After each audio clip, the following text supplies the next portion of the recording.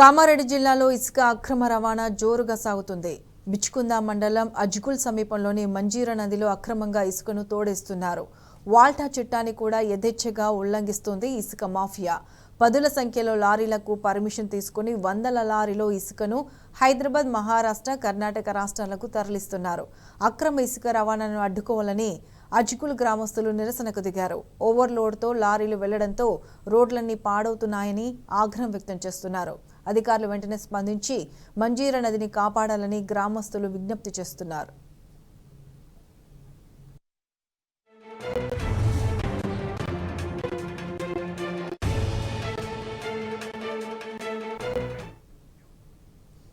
ఇదే అంశానికి సంబంధించి పూర్తి అప్డేట్స్ మా ప్రతినిధి రవీందర్ అందిస్తారు. రవీందర్, పర్యాటక ప్రాంతంలో ఇసుక మాఫియా రెచ్చిపోతుంది. రోజు రోజు తన ఆగడాలు శృతిమిస్తున్నాయి. నామమాత్రపు ఏదైతే అనుమతులు తీసుకున్నారో దానికి తోడుగా అక్రమ ఇసుక రవాణా జరుగుతుంది. మాంజీరా పరిసర ప్రాంతాల్లో ఉన్నటువంటి ఇక్కడ మాంజీరా, అజ్గులు, బీర్కూరు, గుండెనెంలి పరిసర గ్రామాలలో పెద్ద ఎత్తున ప్రజలు ఇబ్బంది పడుతున్నారు.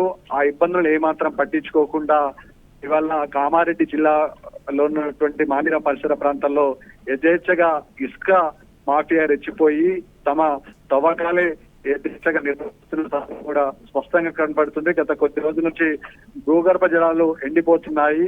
రైతులు తాగడానికి తీవ్ర ఇబ్బందులు ఎదుర్కొంటున్నారు. నీటి శుద్ధం లేక, అదేవిధంగా సాగునీరికి కూడా పూర్తి స్థాయిలో ఇబ్బంది ఎదుర్కొంటున్న సందర్భం కూడా స్పష్టంగా కనబడుతుంది. ఈ నేపథ్యంలో అటు అజ్గుల్ గ్రామస్తుల్లో నిన్న ఎవరైతే ఇసుక క్వారీలు నిర్వహిస్తున్నారో క్వారీ నిర్వాహకుల దగ్గరికి వెళ్ళేసి ఇది ఏం పద్ధతి అని నిలదీస్తే వారికి భౌతిక దాడులకు దిగుతున్న సందర్భం కూడా స్పష్టంగా కనబడుతుంది. గత కొద్ది రోజుల నుంచి యథేచ్ఛగా తమకు పట్టినట్లుగా వాల్టా చట్టాన్ని పూర్తి స్థాయిలో ఉల్లంఘనకు కొనసాగుతుంది. పెద్ద పెద్ద నేతలే అక్రమ ఇసుక రవాణాకు ప్రోత్సహిస్తున్నారు.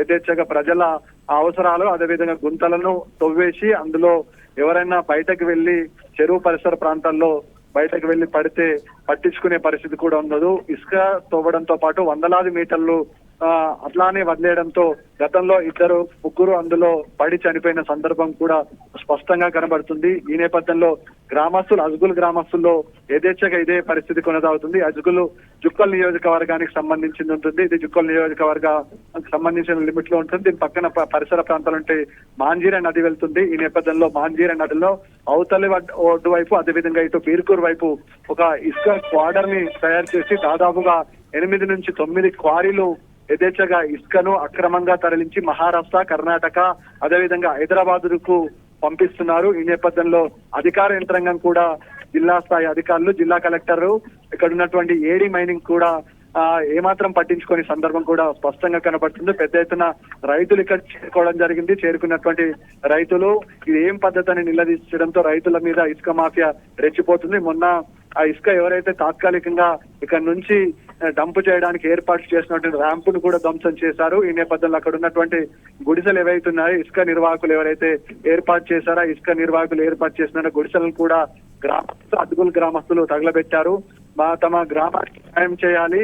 దాదాపుగా ఇక్కడ ఓవర్లోడ్ స్పీడ్ తో వాహనాలు వెళ్లడం వల్ల తీవ్ర ఇబ్బందులు కలుగుతున్నాయి. ఈ నేపథ్యంలో వందలాది వాహనాలు తమ ఊరు చుట్టూ చక్కర్లు కొట్టడంతో చిన్నపిల్లలు, అదేవిధంగా ఇటు నుంచి నడుచుకుంటూ వెళ్లే వృద్ధులకు తీవ్ర ఇబ్బందులు కలుగుతున్నాయి. తక్షణమే జిల్లా స్థాయి అధికారులతో పాటు రాష్ట్ర స్థాయి అధికారులు చర్యలు తీసుకోవాలి, లేకపోతే పెద్ద ఎత్తున ఆందోళన దిగుతాము. దాదాపుగా ఎప్పుడు కూడా ఇలాంటి పరిస్థితి చూడలేదు. ఏదైతే నూతనంగా ఏర్పడినటువంటి రేవంత్ సర్కార్ ఏర్పడిన తర్వాతనే అజ్గుల్ క్వారీని యథేచ్ఛగా నిర్వహించడం జరుగుతుంది. ర్యాంపుల పేరుతో ఇబ్బంది పెడుతున్నారని సాధారణ ప్రజలు అంతా ఆవేదన వ్యక్తం చేస్తున్నారు. ఇదే పరిస్థితి కొనసాగితే దాదాపుగా మాంజీరా పరిసర ప్రాంతాలలోనే పంటలు వేసుకున్న రైతులు పూర్తి స్థాయిలో ఎండిపోయే ప్రమాదం ఉంది. ఈపాటికే వర్షాలు లేక రైతులు తీవ్ర ఇబ్బందులు పడుతున్నారు. దానికి తోడు భూగర్భ జలాలను, అదేవిధంగా ఇసుకను అక్రమంగా తరలించడం వల్ల భూగర్భ జలాలు పూర్తి స్థాయిలో ఎండిపోయి, అదేవిధంగా మాంజీరా పరిసర ప్రాంతాలలో ఉన్నటువంటి బోరు బావులు కూడా పూర్తి స్థాయిలో ఎత్తిపోతాయి. కాబట్టి రైతులను భవిష్యత్తును దృష్టిలో పెట్టుకొని ఈ శాండ్ మాఫియాను అరికట్టాల్సిన బాధ్యత ప్రభుత్వ యంత్రాంగం పైన ఉంటుంది. దీనిపైన ఇప్పటి వరకు ప్రభుత్వ పెద్దలు కూడా ఎవరు కూడా స్పందిస్తలేదు. దాదాపుగా 3 రోజుల నుంచి తంతు కొనసాగుతుంది. ప్రభుత్వ పెద్దలు కూడా ఎవరు కూడా ఇటువైపు కన్నెత్తి చూసిన సందర్భం లేదు. దానితో కూడా జిల్లా యంత్రాంగం కూడా సహాయ సహకారాలు అందిస్తుంది, ఇసుకను అక్రమంగా తరలించడానికి తోడ్పాటును అందిస్తుంది అన్నట్టుగా ఆరోపణలు కూడా సాధారణ ప్రజల నుంచి వెల్లువెత్తుతున్నాయి. ఏది ఏమైనప్పటికీ అక్రమ ఇసుక రవాణా అనేది పెద్ద నేరమైనప్పటికీ దీని నేపథ్యంలో భూగర్భ జనాలు పూర్తి స్థాయిలో ఎండిపోతాయి కాబట్టి భవిష్యత్తు తరాలను దృష్టిలో పెట్టుకుని